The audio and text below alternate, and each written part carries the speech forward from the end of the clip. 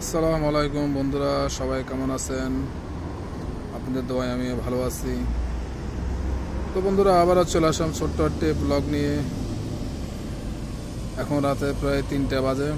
তাজিদা নামাজ পড়ছি, ইনশাল্লাহ ফজর নামাজ পড়ে তারপরে বাসায় যাব। সবাই আমাদের দোয়া করবেন।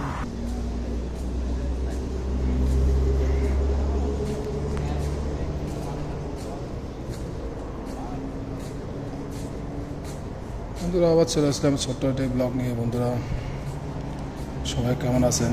আমাদের না সবাই দোয়া করবেন। আর বন্ধুরা, এই ব্লগ ছোট্ট একটি ব্লগে বন্ধুরা এখন রাতে বাজতেছে 2:42 রাত। এখন নামাজ পড়তে আসলাম, তাজিদা নামাজ পড়ছি। এখন পরিবেশটা খুব সুন্দর। এমনি তো মূলত দিনের বেলা বেরোনো যায় না, কারণ দিনের বেলা অনেক গরম থাকে এই জায়গাতে। দিনের বেলা বেরোনো যায় না।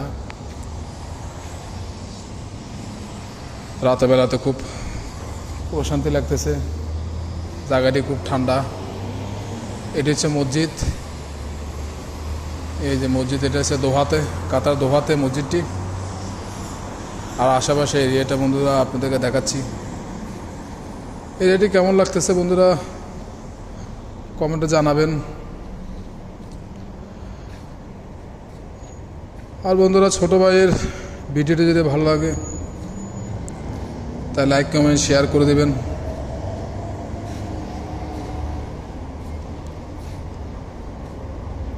এই দেখেন বন্ধুরা, এখন রাতে 3টা বাজে।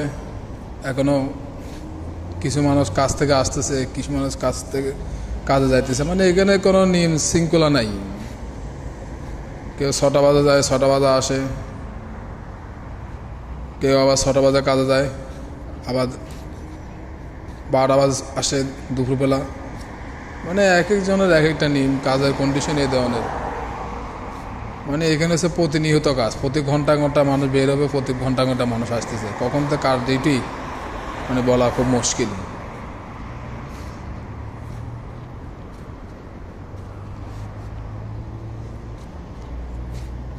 এই যে এখানে অনেক যানজট থাকে, রাস্তাগুলো খুব বিজি থাকে, অনেকগুলো গাড়ি থাকে। কিন্তু এখন রাতে 3টা বাজে, গাড়ি খুব কম।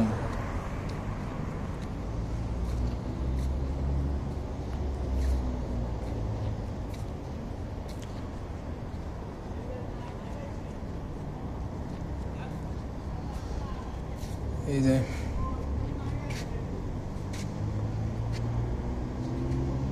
এই মোড়টি হচ্ছে ওই দোহা সিটি, মানে তলোয়ার গেট, মানে খুব ফেমাস একটা এরিয়া। তলোয়ার গেট সংলগ্ন এই মসজিদটি। এমনকি এই মোড়, আমি যেখান থেকে ভিডিওটা করতেছি সেটা হচ্ছে দোহা তলোয়ার গেট। আর এসে রাস্তার পরিস্থিতি।